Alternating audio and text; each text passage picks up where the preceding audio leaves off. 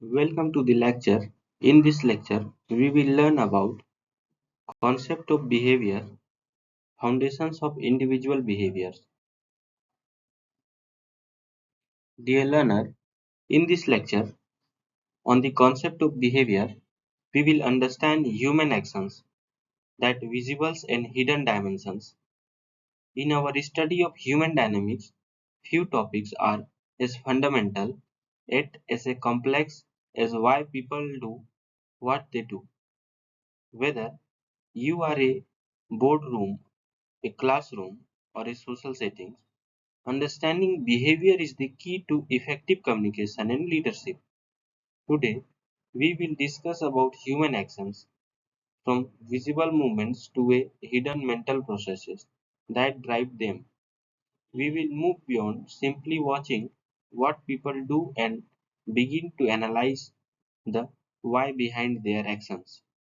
By the end of this session, you will have a framework to better understand yourself and the people you lead or work in. Before we dive into the core content, let us establish our roadmap for this session. By the conclusion of this lecture, you will be able to differentiate between overt and covert behaviors and explain their interconnectedness. Identify the unique characteristics and determinants of individual behavior, including biological and psychological factors. Analyze the impact of social, cultural, and environmental influences on how people act. Recognize the barriers that prevent us from accurately understanding others, such as personal biases and cultural differences.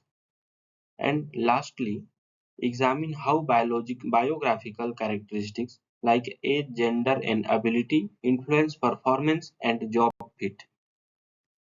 So, question arising, what exactly is behavior?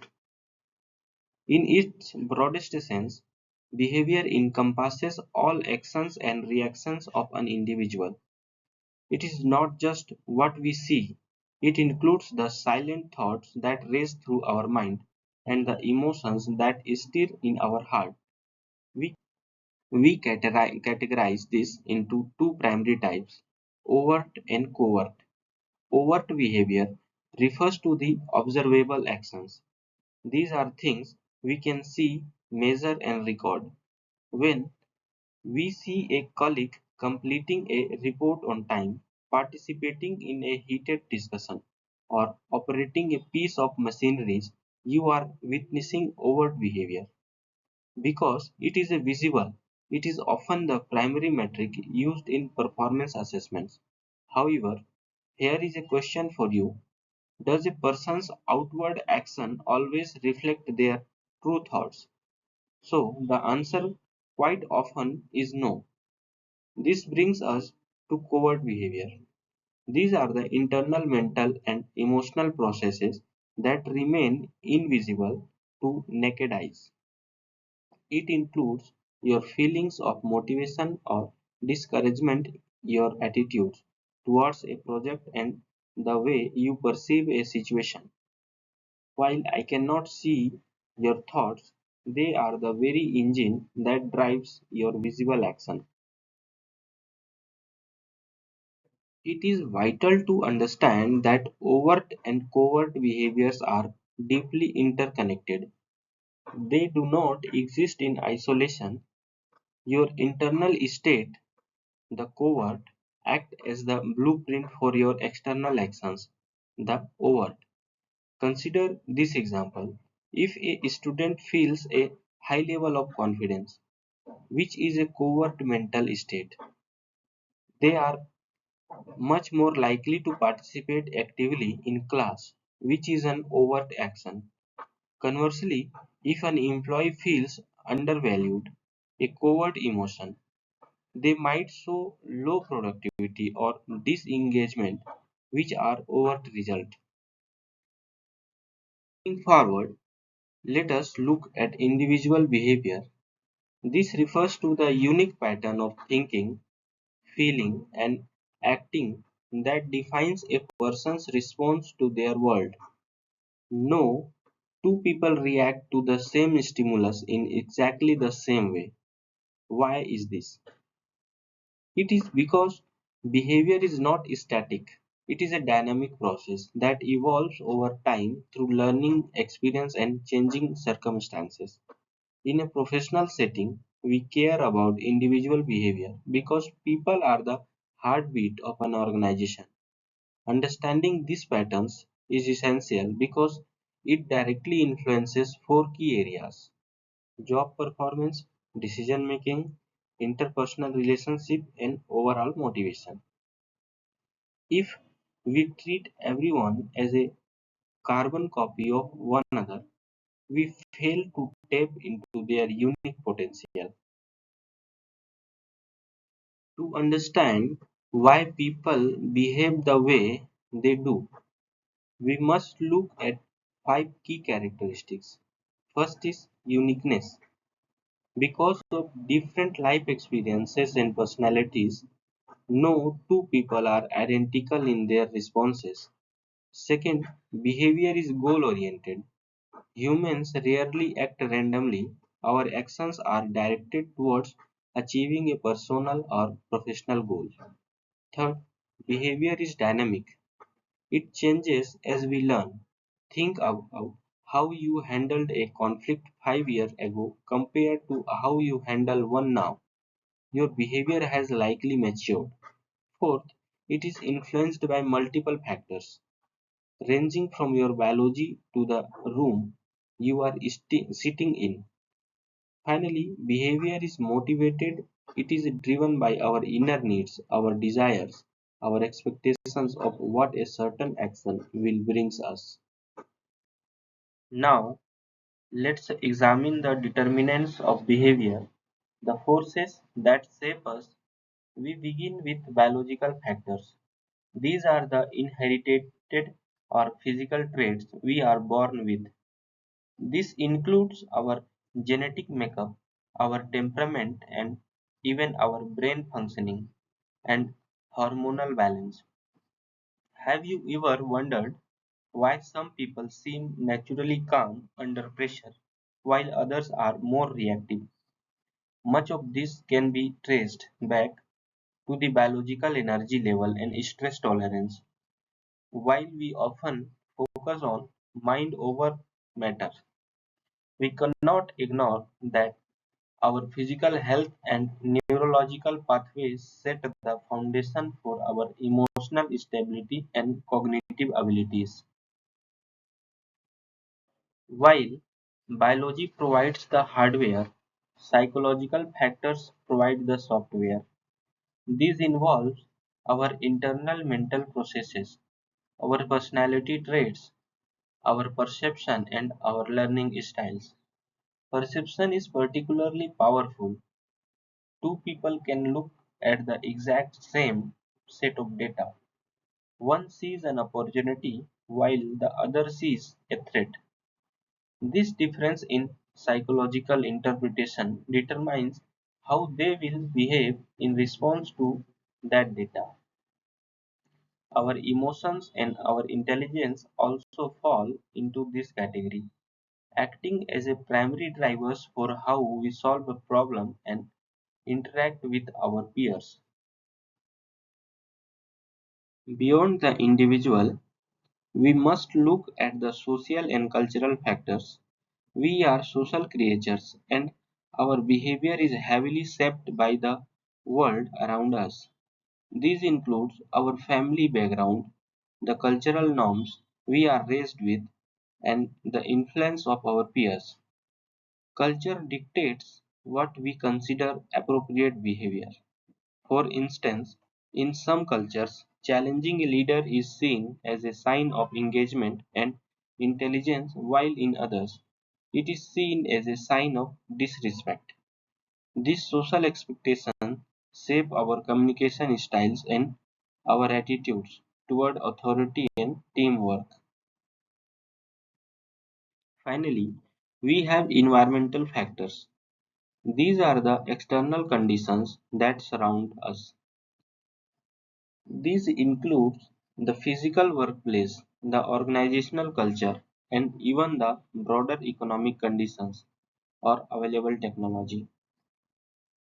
An employee might be highly motivated and talented, but if they are placed in a toxic work environment with outdated tools, their behavior will likely turn towards frustration and low productivity. The environment can either act as a catalyst that brings out the best in a person or a behavior barrier that stifles their potential. To summarize, individual behavior is the result of a complex interaction between our biology, our psychology, our social upbringings, and our current environment. None of these factors work alone. They are constantly interacting to produce the action we see every day. Why do we spend so much time studying this in graduate school? In organizational settings, this knowledge allows us to improve employee performance and enhance leadership effectiveness. It helps us reduce unnecessary conflicts because we begin to understand that a difficult colleague might just have a different perception of the situation. In educational settings, understanding behavior is just as vital. It allows teachers to create inclusive methods that cater to different student needs, leading to better learning outcomes and stronger social developments. Essentially, studying behavior takes the guesswork out of human interaction. One of the most encouraging aspects of behavior is that it can be modified. We are not stuck with our current habits forever. Behavior is shaped through three main avenues. First, experience, where our past successes and failures guide our future choices. And the second one, observation, where we imitate the role models we admire. And the third, reinforcement, where rewards and punishments shape our future actions. Think about a time you perceived praise and a job well done. Did that praise make you want to repeat that action? That is reinforcement in action. Because behavior is learned, it means it. It can also be unlearned or improved through training, guidance, and constructive feedback. Despite our best efforts, understanding human behavior is difficult. Several barriers often get in the way. The first is the misinterpretation of observable actions. We often make the mistake of judging an action without knowing the reason behind it. For example, if an employee arrives late, a manager might label them as a lazy or careless. But what if the real reason was a family emergency or a transportation breakdown? Similarly, a quiet student might be judged as disinterested when they are actually just experiencing social anxiety. When we misinterpret actions, we make unfair judgments that lead to conflict. How can we fix it? By seeking clarification and practicing empathy before forming a conclusion. Second major barrier is ignoring cultural differences. As we discussed earlier, culture shapes our how we communicate. In some cultures, avoiding eye contact is a sign of deep respect for authority. In others, it is interpreted as a sign of dishonesty or weakness. If we do not recognize these cultural norms, we risk excluding talented people or creating unnecessary frictions in a diverse team.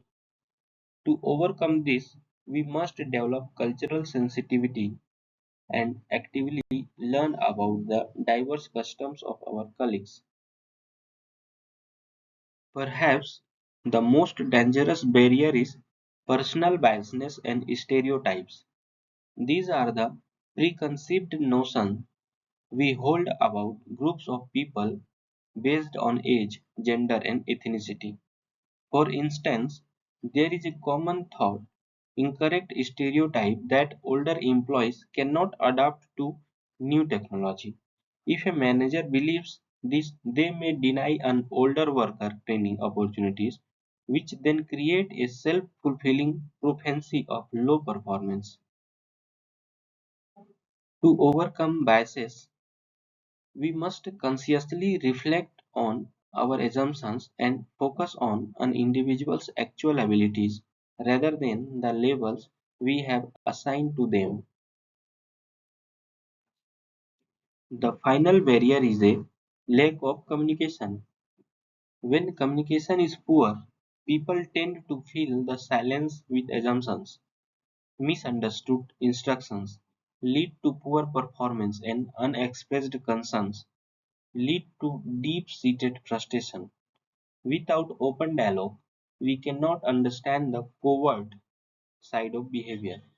To bridge this gap, leaders must encourage honest feedback and practice active listening. Clear and simple language is the best tool to ensure that everyone is on the same page. As we go deeper into the foundations of behavior, we can classify the influencing factors into two categories: physiological and socio-psychological. Physiological factors are biological and inherited. They are the trait you are born with and cannot be learned in the traditional sense. On the other hand, socio-psychological factors are developed over time through your environment, your education, and your social interactions. Understanding the difference between what is innate and what is learned is crucial for any manager or educator.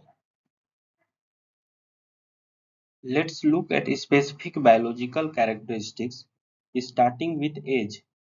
There is a common myth that productivity declines as we get older. However, research suggests that age and job performance are largely unrelated in most professional and non-professional roles. While older employees may have higher rates of unavoidable absence due to health issues, they actually have lower rates of avoidable absence, meaning they are often more disciplined and committed. Experience often compensated for any slight decline in physical speed, making older workers invaluable assets in terms of institutional knowledge and stability. Next, we address gender. Does gender affect job performance? Scientifically, evidence says no. There are no significant differences between men and women in terms of problem-solving abilities, analytical skills, competitive drive, and learning ability. While research shows no difference in job satisfaction, there are differences in work-life preferences. For example, mothers of young children may prefer flexible schedules or telecommunicating to balance family responsibilities. Additionally, research indicates that women tend to have slightly higher rates of absenteeism, often due to societal expectation that they take the primary role in family caregiving. However, in terms of actual capabilities, gender is not a predictor of performance. What about marital status? While we need more research on diverse family structure, current studies shows that married employees tend to have fewer absence and low turnover rates. They also report higher level of job satisfaction their unmarried co-workers. This is often attributed to the increased responsibilities and the need for stability that comes with marriage and family life. However, it is important for organizations to remain inclusive of all statuses, including those who are single, divorced, or in domestic partnership, as also shape an individual's needs and workplace behavior. We must also acknowledge that we were not all created equal in terms of our innate capabilities. Ability refers to an individual's current capacity to perform various tasks in a job. It is an assessment of what you can do right now. We divide ability into two sets of factors, intellectual and physical. Identify these abilities in not about pigeon-holding people, but about ensuring that they are placed in role where they can truly excel and feel a sense of accomplishment. Intellectual abilities are those required to perform mental activities. We often measure this through IQ test or standardized exam like SET or GMAT.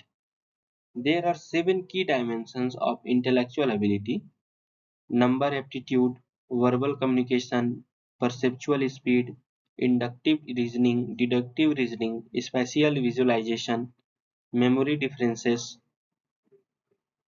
Job require different combinations of this. A data analyst needs high number aptitude, while a lawyer needs exceptional deductive reasoning. Increasingly, new research is moving towards multiple intelligences, which looks at cognitive, social, emotional, and cultural intelligence as a holistic package of how we process the world. While intellectual ability is key for office roles, physical abilities are vital for standardized or manual tasks.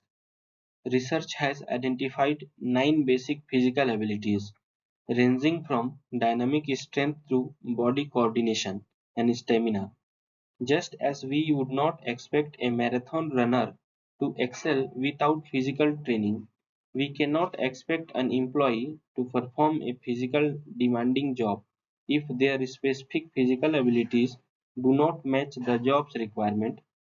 High performance is only possible when management match the right person with right physical capacity to the task at hand. Ability to job fit. Employee performance is significantly enhanced when employees' specific intellectual and physical abilities match the requirement of the job. For example, a pilot must have strong with their spatial visualization. But what happens when the fit is poor? If an employee's ability are below to the job requirement, they will likely fail and feel stressed. However, what if their ability far exceeds the requirements? In this case, performance might be okay, but the employee will likely become bored and dissatisfied because their talents are being wasted. So, the finding is the perfect balance is essential for both organizational efficiency and employee happiness. As we wrap up our discussion on the concept of behavior, let us reflect on the core message. Behavior is a complex tapestry woven from our biology, our psychology, our environment, and our personal history. By understanding the difference between overt actions and covert thoughts, recognizing the barriers of biasness and misinterpretation, and respecting the role of biographical characteristics and abilities, we can create more effective workplace and learning environments.